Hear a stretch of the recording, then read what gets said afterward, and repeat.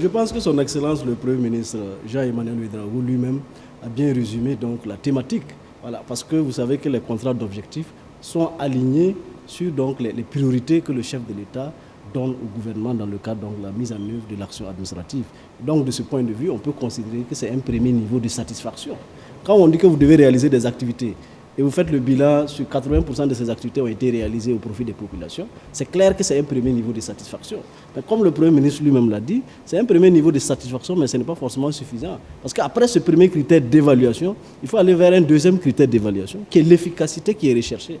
Toutes les actions qu'on a posées à 88%, quel a été l'impact sur les populations à la base. Et je pense que le Premier ministre, son Excellence Jean-Emmanuel Ouédraogo, a vraiment fait une bonne synthèse de ce que cet exercice doit renvoyer. Dans les vraies démocraties, l'exercice de redevabilité s'impose à tout le monde. Ce n'est pas seulement le gouvernement, même les présidents des délégations spéciales qui sont dans les différentes communes. Chaque trimestre, chaque semestre, ils doivent faire le point.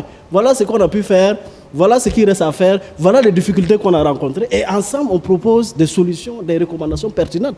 On ne construit pas un pays par secteur parcellaire. Non, c'est la contribution de tout le monde. Et vous ne pouvez pas améliorer en permanence votre dispositif si vous ne faites pas des évaluations périodiques. Et comme vous le savez, dans la méthode donc, du président du FASO, vous voyez comment il procède. Ça veut dire qu'à chaque 6 mois, on évalue les membres du gouvernement et souvent il fait des petits réaménagements pour voir là où il n'est pas satisfait et ça continue. Voilà, je pense que il faut pas, c'est un exercice qui a sa place dans la République. Mais ceci étant dit, c'est bon d'avoir des chiffres comme vous l'avez dit. Maintenant, il faut qu'on travaille à ce que ces chiffres-là impactent le vécu quotidien des populations.